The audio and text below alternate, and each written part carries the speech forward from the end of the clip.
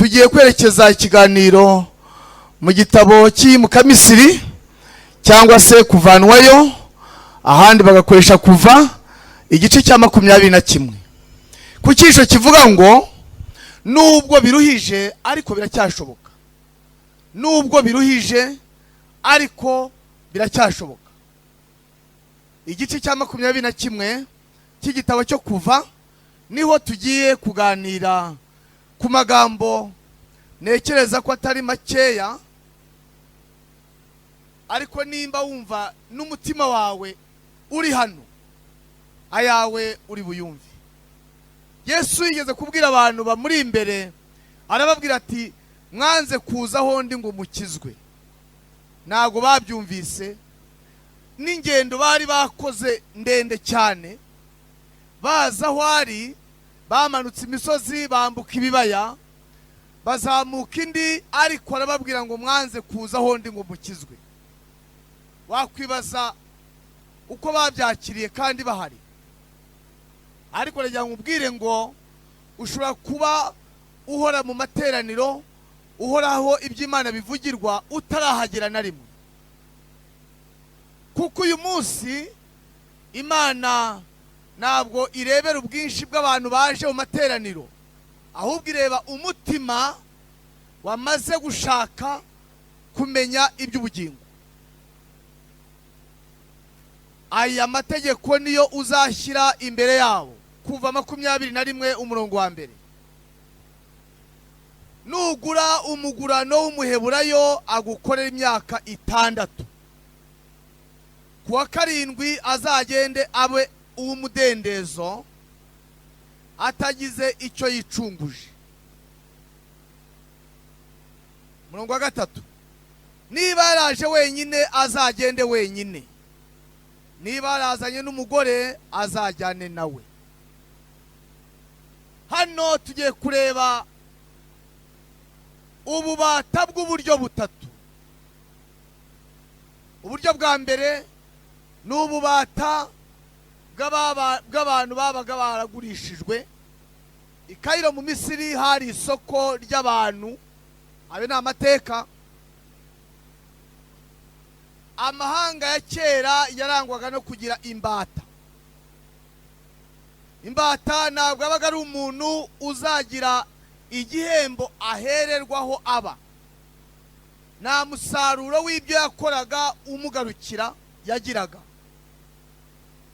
Kandi iyo imbaraga zikora shebuja iyo zabaga zitangiye gushira, bamujyanaga mu masoko yabugenewe bakamugurisha, akagurwa n'abafite ubushobozi buke bagura bakuze. Byaba ngombwa yuko atagishoboye kugira icyo akora, akicwa bitagira gikurikirana. Iyo usomye itangira igice cya 37 ugasoma wenda ku murongo wa 28, na Yozefu umwe mu bana ba Yakobo yaragurishijwe ajyanwa mu Misiri.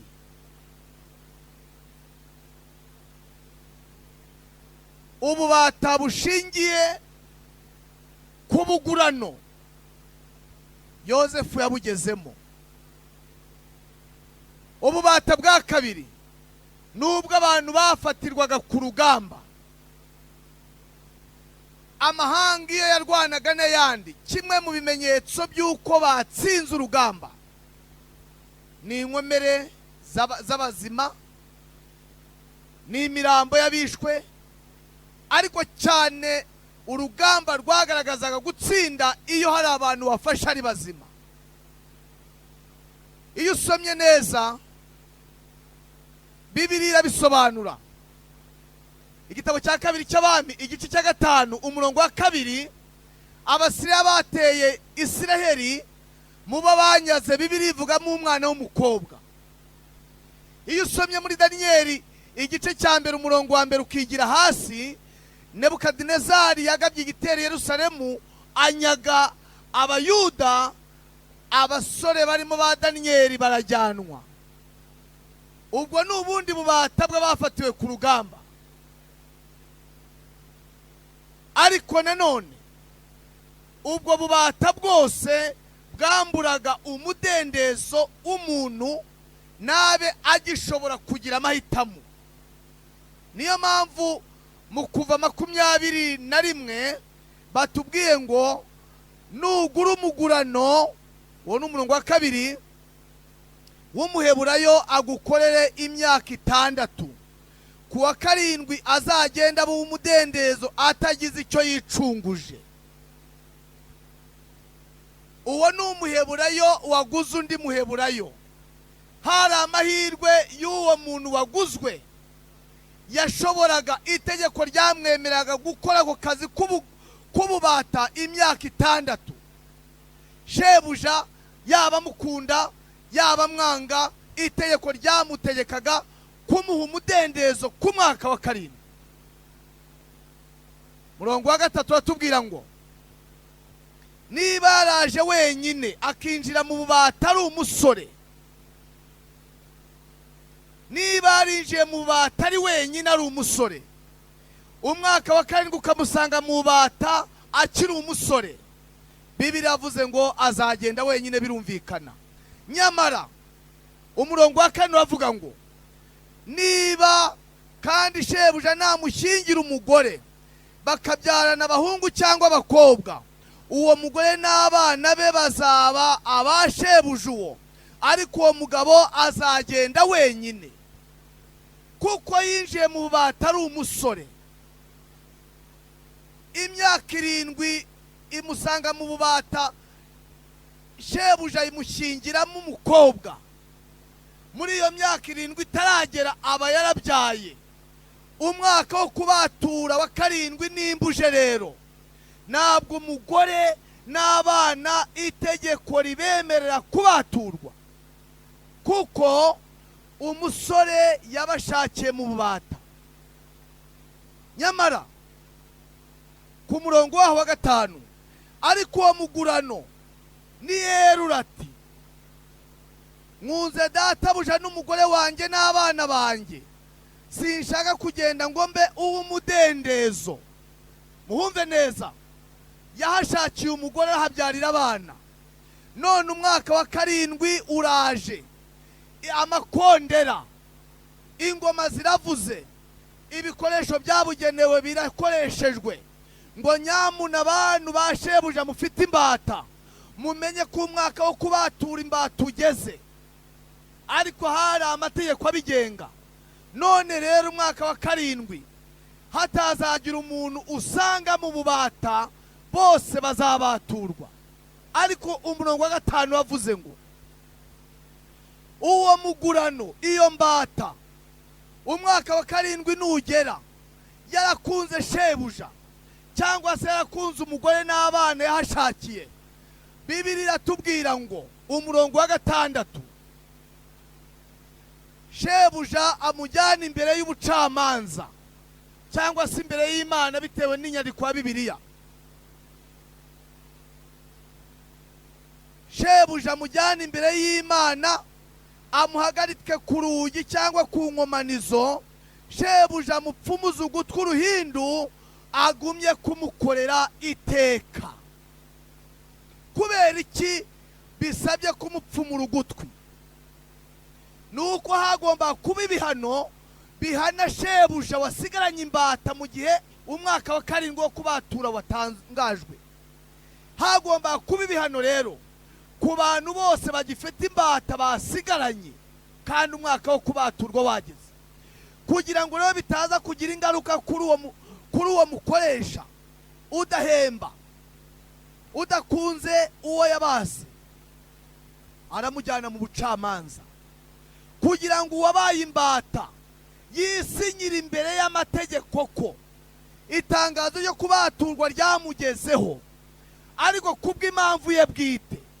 Iya mbere, aracyakunze shebuja nubwo atamuhembaga, aracyakunze umugore n'abana yahashakiye, kubw'ibyo rero yarabisinyiraga. Izindi mbata zizamubona, abandi bakoresha bazamubona, bene wabo w'imbata nibamubona bazabyirwa n'iki ko yahisemo ububata iteka ryose. Bashyiraga iherena ku gutwi, kikaba ikimenyetso ngo uyu nguyu ntabwo ikiri imbata y'ingurano, ntabwo ikiri imbata yo ku rugamba, ahubwo ni imbata yihitiye mu bubata. ubwo ni ububata bwa gatatu. ubwa mbere ni ubugurano, ubwa kabiri ni ubwo abafatirwa ku rugamba, ubwa gatatu ni ubwo ababwishyiragamo. mbese muri izo mbata zombi Bibiliya itubwiye ubwo bubata butatu bwose uramutse uhawe umwanya wo kusubiza ngo ni ubuhe bubabaje kurenza ubundi, urumva wasubiza ubuhe? ubwo ku rugamba buragoye yego, kuko uwakufatiye ku rugamba arakurusha imbaraga, uwakuguze nawe arakurusha, yagutanzeho amafaranga ye. nyamara ikibazo, ese uwabwigumishijemo ibyo bimeze gute? i Kairo mu Misiri amateka avuga yuko iyo abantu bajyanwaga kugurishwa habaga hari ibiti bishinze mu isoko, bagendaga bakazirikira amaboko ku giti, babaga barabanditseho ku gahanga ngo iyi mbata iragurishwa. kandi hari abantu batagura bashinzwe gukubita abantu babaza ngo iyi mbata iragura ngahe, kandi batagura. babaga baramwandikishijeho icyuma gishyushye ngo iyi mbata iragurishwa, abantu bakaza bakagereka bagakubita kandi bazi ko batagura. imbata nta bushobozi yari ifite bwo kwibatura ngo ive muri ako kaga. shebuja ntabwo yayibabariraga kuko ntabwo yabaga ari umwana we. ariko ikibazo, ubu bubata umuntu yishyizemo azabuvanwamo nande? icya mbere, nta mwaka wigeze uteganya kubatura babwishyizemo. oya, icyo gihe ntabwo cyari cyarateganyijwe. hateganyijwe kubatura abaguzwe, hateganyije kubaturwa abafatiwe ku rugamba. abishyize mu bubata nta tegeko na rimwe ryabareba. kiri nanone, ese aba bana bavukiye mu bubata n'umugore washakiwe mu bubata, ku itegeko rije rireba uwabujemo ko ari uzabaturwa, umugore n'abana ibyabo bizagenda gute? kugira ngo twumve umuntu wa mbere wishyize mu bubata, kugira ngo twumve umuntu wa mbere waguzwe mu bubata, kugira ngo twumve umuntu wa mbere wabwinjiyemo bwa mbere, iyo ugiye mu Itangiriro igice cya 2 umurongo waho wa 8 twarahasomye, hatubwira ngo Uwiteka Imana avuga iti si byiza ko uyu muntu aba wenyine, reka muremere umufasha bakwiranye cyangwa umukwiriye. Adamu ntabwo yacumuye ari umusore. iyo aza gucumura ari wenyine atarabona umugore, yari kuba yinjiye mu bubata ari wenyine. muhumve neza. kandi Bibiliya yavuze ngo ubugiyemo ari umusore azabuvamo wenyine, ubwinjiranyemo umugore umwaka wa 7 azajyana n'umugore we. uwinjiranaga mu bubata n'umugore n'abana umwaka wa 7 wababaturaga bose. ariko turebere ububata kuri Adamu. Imana iramurema imuha umugore ngo babane kandi babyare bororoke buzurize. nyamara nusoma Itangiriro neza, Adamu na Eva mu gice cya 3 ntabwo bakoze icyaha bari bakagira umwana, ubwo baba binjiye mu bubata, iyo usomye neza ubutumwa bwiza ugasoma Bibiliya nk'uko iri muri Yesaya 52 umurongo wa 3, Bibiliya iravuga ngo mwaguzwe ubusa.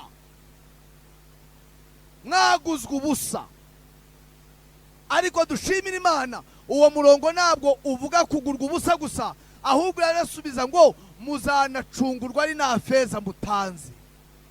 ubu bubata rero Adamu yabwinjiranyemo n'umugore we, ariko abana bari batarabaho.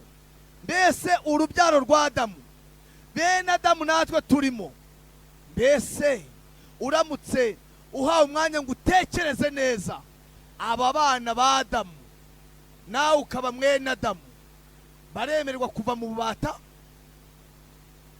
kubera iki batemerwa kuva mu bubata? icya mbere nuko bavukiye mu bubata. itegeko rirategeka Adamu na Eva kwigendera. Iby'abana babo bizaba ibyande. Waba warabitekerejeho? Nubwo bigoye ariko biracyashoboka, ariko biraruhije. Adamu na Eva binjiye mu bubata ari nk'umugabo n'umugore gusa. Itegeko riravuga ngo nubyarira y'abana.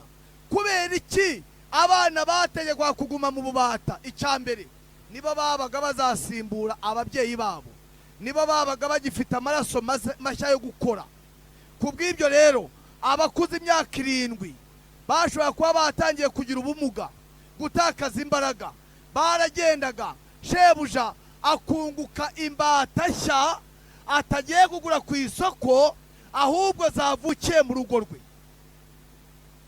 Niyo mpamvu Aburahamu, iyo Imana yamubwiraga ngo urubyaro rwawe nzarunganya n'inyenyeri zo mu ijuru, yasubizaga Imana ati nta rubyaro wamaye, uzazunga urugo rwanjye ni Eliyezeri w'umunyadamasiko. Imana iti si uwo mvuga. Satani yatuguze ubusa. Adamu na Eva ntabwo bariyitunda ngo barye bahage. Twabonye ko nta n'ikibazo cy'inzara bari bafite. Ubu abantu benshi batangiye gushyirwaho ibimenyetso ku mibiri yabo by'imbata batazi icyo bari mu gukora. Ntabwo bazi ikigenderewe. Aho abantu benshi ku mibiri yabo batangiye kwitwika n'ibyuma biyandikaho. Barimo barahakana uko Imana yabaremye, barabona bidahagije. Satani arimo aragenda abashyiraho ikimenyetso cy'ububata bwabo, kandi biratubwiye ngo numara kumupfumura ugutwi ngo kizaba ari ikimenyetso cy'uko agiye kuba imbata iteka ryose. Biragoye ariko biracyashoboka. Adamu amaze kwinjira mu bubata ntabwo yagombaga kubwivanamo gusa. Bibiliya yatubwiye ngo umwaka wa 7, kandi uwo mwaka wa 7 ndagira ngo nkubwire ngo niwo mwaka Yesu yacunguriyeho abatuye isi. Kubera ko iyo ugiye muri Daniyeli 9:24 hatubwira ibyumweru 70. Ibyumweru 7 bifite imigabane yayo. Ibyumweru 62 n'icyumweru kimwe kigizwe n'imyaka 7. Umwaka wa 7 uzaba uw'umudendezo, imbata baturwe. Nusoma Yesaya 61 harimo ingingo Yesu yagombaga gusohoza ivuga ngo kugira ngo imbohe zibohorwe, abari mu nzu z'imbohe bavemo bahinduka b'umudendezo.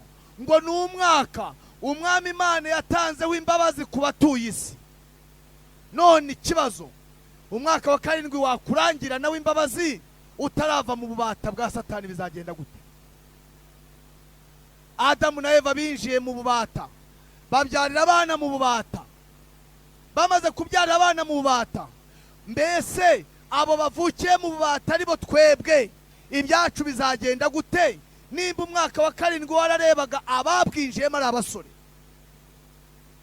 Gutegeka kwa 2 igice cyaho cya 23 ku murongo waho wa 16. Gutegeka kwa 2 igice cyaho cya 23 umurongo waho wa 16 haravuga ngo tuya twumva Bibiliya, nuramuka unagumye mu cyaha ukigumemo uzi kukirimo, imbata icitse shebuja ikaguhungiraho ntuzayimusubize. Ntabwo hano hatubwiye ngo iyi mbata birayisaba kugenda ku mwaka wa 7. Oya, kandi yaravukiye mu bata. Ahubwo ikiyi imbata bigiye kuyisaba ni ikihe?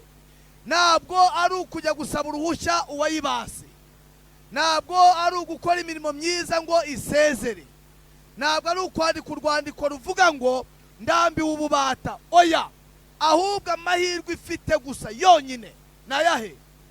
Nayo gutoroka, nayo yonyine. Umwaka wa 7 nuwo kubatura babwinjiyemo, ntabwo ari uwo kubatura babuvukiyemo. Ayo ni amateka. Ariko naho abavukiye mu bata ntabwo bari bugende ngo bakore inama n'abababase, ahubwo ni ugutoroka. Iyo umuntu agiye gutoroka rero, bwa mbere ashaka inzira batareba, ntabwo avuga ibyo agiye gukora. Bishoboka ko atari bugende ku manywa, akaba yagendana nijoro. Hari uburyo basabwa gukoresha budasanzwe, kuko uwamubase nawe arimo aramurinda. Ejo igihe twigaga icyigisho twabonye ko uriya mwana w'ikirara yagombaga gufata icyemezo atagishije inama. Mu mateka tubwira ngo abahigi ba kera habagaho abantu bashinzwe kwangiza inyamaswa. Kurya kwabo bikabasaba kugira inyamaswa bica. Inzu zabaga zikiri nkeya mu gihugu, ntabwo zabaga ari inzu zikomeye nk'iz'iki gihe. Iyi nyamaswa yumvaga abahigi n'imbwa za kabuhariwe zatojwe kwiruka no kugira amahane, amacumu n'ibyuma by'abahigi, ikavumbuka mu gihuru, ikabona inzu ahantu. Nyirayo nubwo yaba yicaye ku muharuro, nubwo yaba arituwe iryana, iyo yinjiraga mu nzu, itegeko ntabwo ryemeraga nyiri iyo nzu kuyisohora,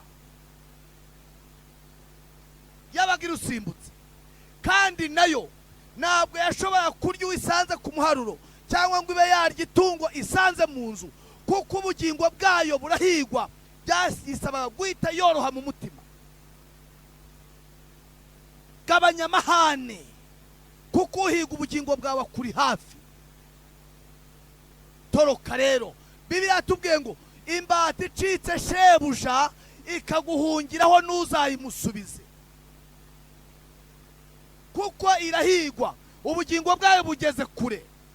Umurongo wa 17 Gutegeka kwa 2:23, ibane namwe hagati muri mwe, aho izatoranya muri mwe, muri umwe muri uwo mudugudu wanyu, aho ikunze kuba, ntuzayigirire nabi. Mwisere hari imidugudu y'ubuhungiro, hakurya ya Yorodani imidugudu, hakuno ya Yorodani imidugudu. Ngo gatozi wakoze icyaha atabyitumye, aho yagikoreye ahamubera hafi aba ari wahungira. Kandi kuva ku buturo bwera ujya kuri iyo midugudu y'ubuhungiro, hari uduhanda duhariwe twiza, turiho ibyapa byanditse n'amagambo manini nguhunga, gira amahoro, wihuta udapfusha igihe ubusa, kuko umuhozi yabaga ari inyuma yawe. Iyo winjiraga muri uwo mudugudu w'ubuhungiro, nagusohora agahanga, nakuzana akamenyero ngo ube watembera. Oya, wagumagamo kugeza igihe ubuturo bwera bwezwaga mu kwa 7 ku itariki 10, cyangwa se umutambyi mukuru apfuye kandi agapfara amaze kugira muri uwo mudugudu w'ubuhungiro. Nicyo gihe byabaga gusa. None ikibazo, umutambyi wacu mukuru yamaze gupfira ku musaraba, abantu baranga ntibakizwa. None ubu tugeze ku munsi w'urubanza, umunsi w'impongano, abantu batarakira agakiza. Umutambyi mukuru agiye gusohoka hera cyane, avuge ngo birarangiye, imbata zikiri imbata z'icyaha. Ibyawe bizagenda gute? Biragusaba gutoroka. Imbata icitse shebuja ikaguhungiraho ntuzayimusubize. Kubera iki? Umwana ejo twabonye ko yaturutse kure n'agahinda kenshi, ababajwe n'imyaka amaze mu cyaha. Isa mubonye agituruka kure, Bibiliya tubwira ngo aramubabarira, kuko nawe yatorotse. Ntuzibwire ngo iby'agakiza, nubwo Bibiliya tubwira ngo mwakijwe n'ubuntu kuba kwizera, birashoboka ariko biragoye. Nimba bitagoye, ko ndeba ugiye gusazira mu rusengero utaragira ingeso n'imwe.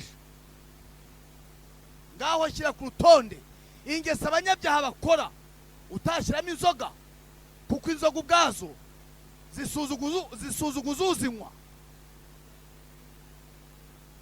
Nimba ukibara inzoga mu byaha, uri kureba Bibiliya. Zihombye uzinywa, zimutesha agaciro mu bantu. Umuntu muzima ugasanga bamutoraguye mu muringoti ahantu, ari umuntu w'umugabo, abana bakamureba yiyandaritse, ubwazo zirasuzuguza, ntuzibare mu byaha waretse, kuko hari n'abatazajya mu ijuru benshi batazinywa. Icyo cyumve neza.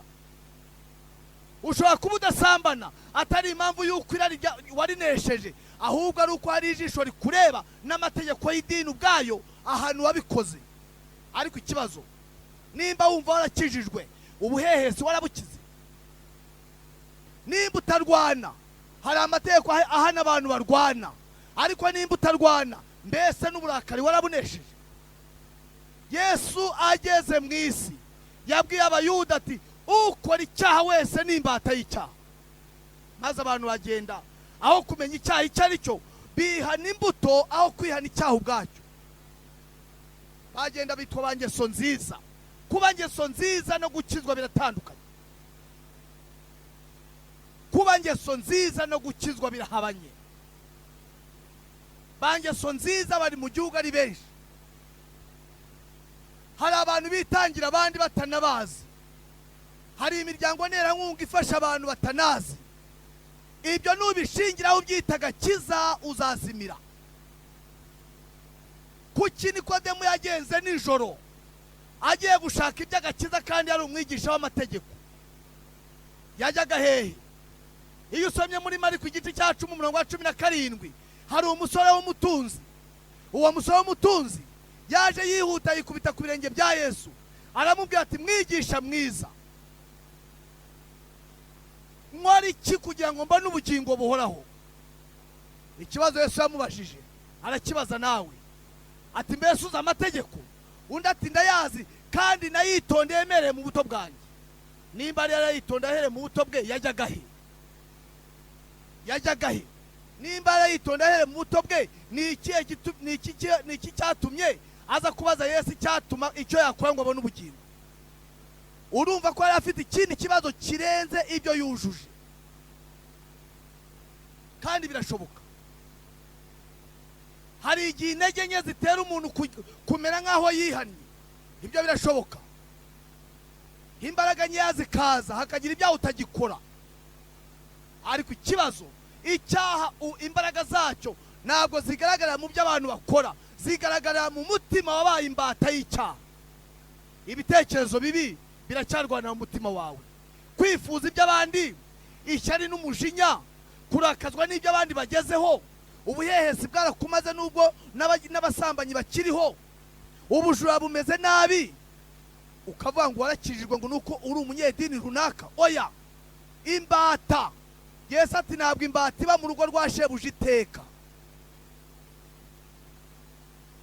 Nusoma neza mu butumwa bwiza bwa Yesu bwanditswe na Yohana igice cya 8. Ubutumwa bwiza bwa Yesu bwanditswe na Yohana igice cya 8. Yesu niwe wivugira ayo magambo ku murongo waho wa 36. Yavuze ngo, nuko umwana naba batura muzaba mubatuwe by'ukuri. Nuko umwana naba batura muzaba mubatuwe by'ukuri. Ese kubaturwa no kubaturwa by'ukuri bisobanura iki?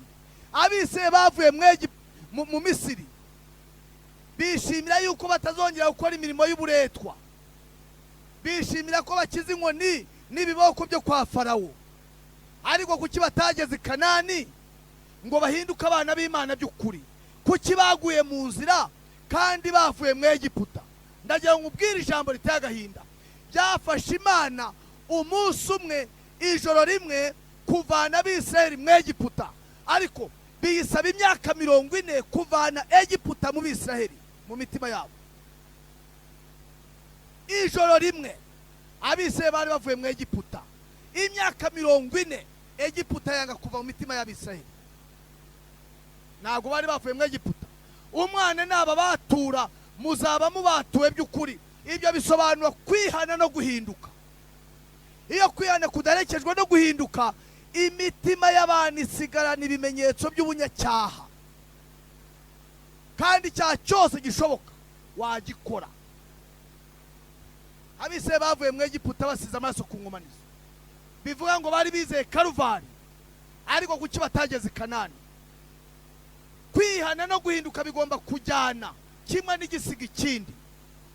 Kandi abantu benshi batanga ubuhamya bw'uko bihannye, ariko ubwo guhinduka bukabura. Birava hehe? Umwana naba batura, muzaba mubatuwe by'ukuri, kuko ukora icyaha wese ni imbata y'icyaha. Reba muri wowe, ingeso yakunaniye ni wowe uyizi, uyishyire ku munzani. Ntacyo utakoze usenga, amateraniro wagiyemo, ariko imbata kuko idafite ububasha bwo kwibatura. Abantu benshi bamaze guhakana iby'Imana ngo ntabwo bishoboka. Atari uko bidashoboka, ahubwo bibwiye ko bizabagwaho igihe cyose babishakiye. Abantu iyo bamaze kurwanya icyaha kikabananira, bagenda bahinduka bahakanye mu mitima yabo buhoro buhoro. Mbega bira ntabwo ntawabibasha ari mwiza. Imana yacu ntabwo ishobora kwandikisha ijambo ryayo ngo igire amakuru iha abantu izi ko ayo makuru adashoboka. Icyo ntabwo gishoboka. Umwanditsi atubwira ngo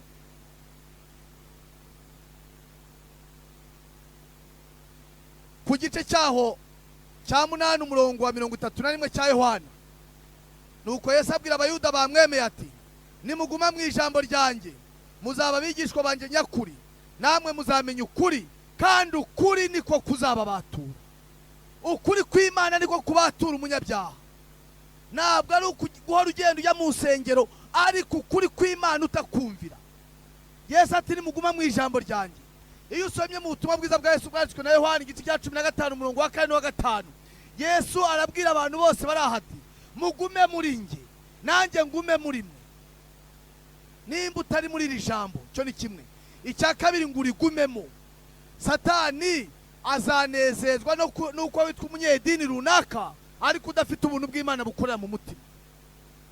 Kandi umubare mwinshi ni uw'abantu bari mu nsengero batarahindutse. Iyo guhinduka kutabayeho, ingorane zibaho. Buriya isi ifite abanyabyaha batandukanye. Umunyabyaha wa mbere n'utagira icyaha agarukiraho.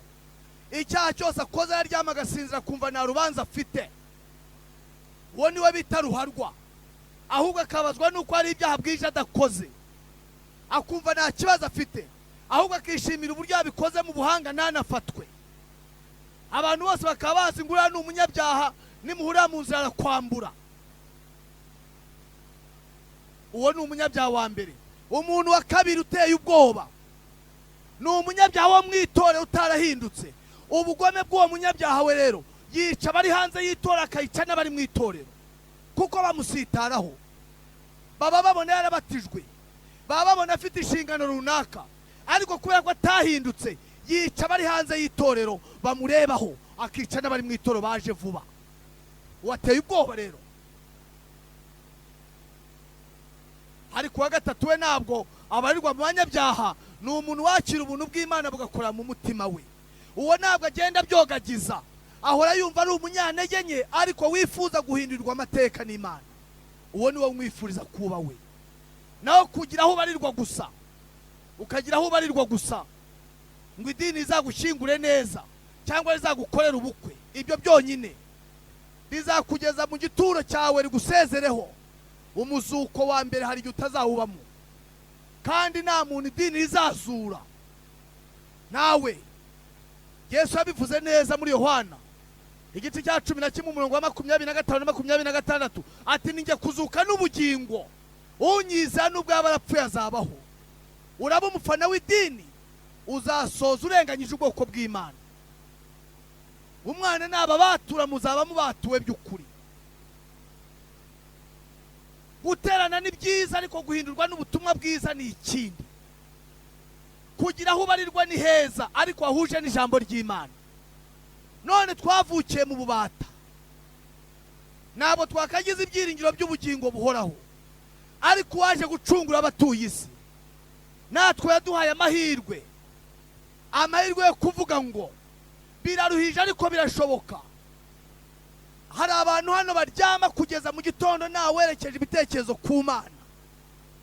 Wibwiye ko Satani uzakubwira ati igihe wasinzire ngaho noneho kanguka usenge. Reka da, igihe wabigerageje bikakunanira, nuko imbata idafite amahitamo. Bangahe bari hano cyangwa bakurikiye iki cyigisho bafite n'abakozi mu ngo, nyamara bafite n'amadini basengeramo. Abo bakozi bakaba bahari, ariko akarangiza ukwezi adafashe Bibiliya ngo ayisomere mu rugo iwe. Ntiyabishobora. Ntabwo ari urwango yanga, ahubwo ubu batarimo buramubwira ngo kora ibyo ngushinze gukora, ibyo wibijyamo. Cyumweru kikarangira akajya mu misa. Bamwe nta nubwo bagira Bibiliya, ni ukugenda bakabasomera. Abagira ngo barayifite baciye ukubiri nayo. Kubera iki? Ntabwo imbata ikora ibyo yishakiye, ikora ibyo uwayibasa ashaka. Ntabwo ari igitangaza kubona abantu bajya mu rusengero babikuye ku mutima, banazindutse, bagira bagafatwa n'igitotsi kugeza itano risoje. Imbata y'icyaha ntabwo yibatu. Pawulo ububata bugezemo buramuvuna. Mu Baroma igice cya 7 uhere ku murongo wa 14 ukamanuka, ati yemwe munabare, icyiza ashaka si cyo nkora.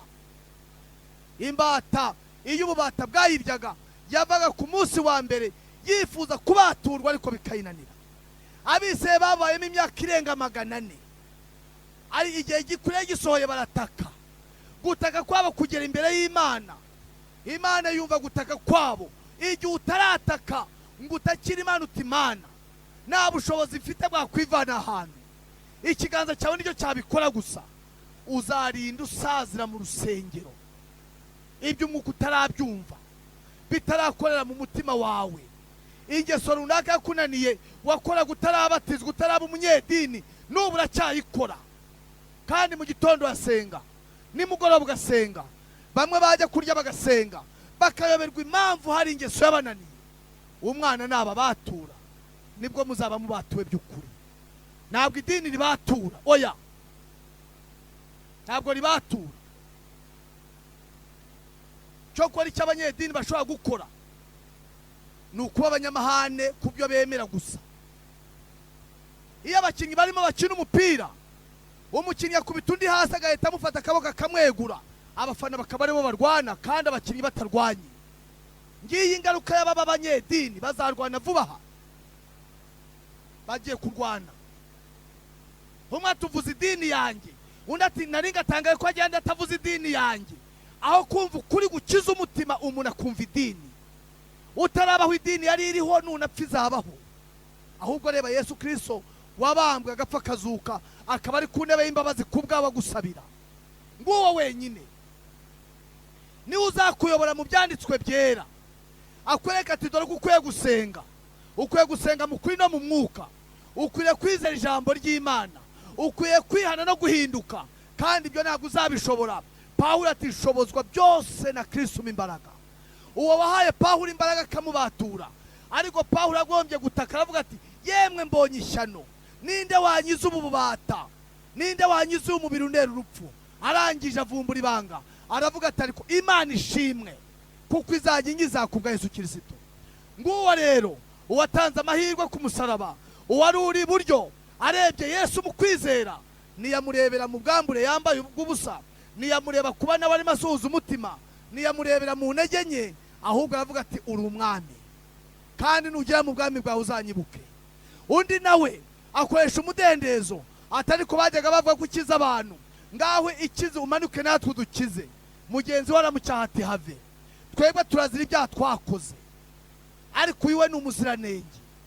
Ibaze kugira ngo ubambanwe n'undi, imibabaro uriho irengeje iyo ubambwa iruhande rwawe ariho, ariko amaso yo kwizera niyamubona nk'umuntu ubambye, amubona ari umwami. Iyo mbaraga yakoreye muri uwo muntu akabona Yesu ari umwami, uyu munsi ni umwami, kandi yazamutse mu ijuru ari umwami, agiye kugaruka mu isi ari umwami. Agiye kuvana abantu mu bata bw'icyaha, ariko bemera gutoroka bakava mu ntege nke, bakavuga bati Satani, imyaka nagukoreye irahagije, uyu mugoroba ubaye uw'amateka yo guhinduka kwanjye. Cyo kwanda shimira Yesu wandinze nkaba naraguye muri ubu bubata, nabuvukiyemo simbihakana, kuko mu byaha nimwo mama yabyariye, kandi nawe wakwibatura ngo abishobore. Ariko Satani, nagiye mu cyaha mbihisemo, ngiye no kujya mu gakiza mbihisemo. Namenye ko Imana idahatira umuntu agakiza, namenye ko Satani atanywesha icyaha ku gahato. None Satani, uhereye none sigarana batarakumenya, ngiye misemo kubaturwa. uyu mugoroba rero uba umugoroba w'imbabazi, uba umugoroba w'umwaka wa karindwi wo kubatura, kandi imbata zose twemere kubaturwa na Yesu Kristo. Hatagira umuntu uvuga ngo imyaka ngo neza Satani ndamukunda, ndashaka kuba imbata iteka. Oya, aho sima kwifuriza, ahubwo uvuge ngo umwaka wa karindwi nubwo utandebaga ariko nge ngiye gutoroka. Kandi gutoroka bisobanuye ngo nta muntu ngisha inama, ntabwo ndi ufata umwanzuro mbanje kubyibazaho cyane, ahubwo ikijambo ry'Imana rivuze nicyo ngiye gukora. Niyo mpamvu usaba Imana ngo igendeye imitima yacu, itumenyeshe icyo gukora kandi dushoboze kugikora mu izina rya Yesu. Ninde wifuza kubaturwa? Ari hehe? Ninde uvuga ati nanjye ntabwo ibyo gukizwa numvaga ari ibintu by'ubuntu gusa, none biransaba umwanzuro wanjye fata. Kandi uyu mugoroba naje ndi umunyabyaha ariko yashaka gusubirana y'umutima ufite ibyiringiro mu Mana. Ayo mahirwe ndacyayaha muri babashyitsi baje, kandi baje bakunda ijambo ry'Imana. Itsinda rimaze kwiyegura Imana n'abantu benshi cyane, ariko wowe urasigara muri bande? Urasigara iki mu bubata bw'icyaha ko nta nyungu irimo? Wahisemo gufatanya n'ubwoko bw'Imana kwiyegurira Imana. Nimba uhari kandi nzi ko uhari, umwuka w'Imana bigufashemo, wigira hafi dusenge. Tambuka rwose, igira hafi, uhitemo Imana, uhitemo agakiza k'Imana. Kandi Yesu yiteguye gutanga ubushobozi, yiteguye gutanga imbaraga ngo umwaka wa karindwi w'imbabazi uwugire uwawe. Abatambuka Imana ibagire neza. Nimwigire hafi dusenge. Dufite umatizo mwiza cyane ku isabato ikurikiriye ejo bundi. Nawe hitamo kuba mu ruhande rw'Imana n'ijambo ry'Imana. Kandi Yesu mwiza, wa wundi wazamutse ari umwami, arashaka kugira igikomangoma. Igira hafi dusenge. Tambuka rwose, ntabwo bikorera isoni kwiyegurira Imana, kuko nubwo biruhije ariko biracyashoboka. Reka bishoboke mu mutima wawe, reka bishoboke muri uyu mugoroba, uhamiriza iteraniro yuko uhisemo kubaturwa by'iteka ryose. Kuko kubatura arahari, twaguzwe ubusa tuhinduka abanyabyaha, ariko Yesaya ati no gucungurwa nta feza dutanga. Udafite ifeza nawe aze ajyana amazi y'ubugingo ku buntu. Ntabwo Imana igurisha agakiza, yagashyize ku isoko ry'ubuntu. Ikiguzi ni ukukizera gusa. Igira hafi dusenge. Tambuka.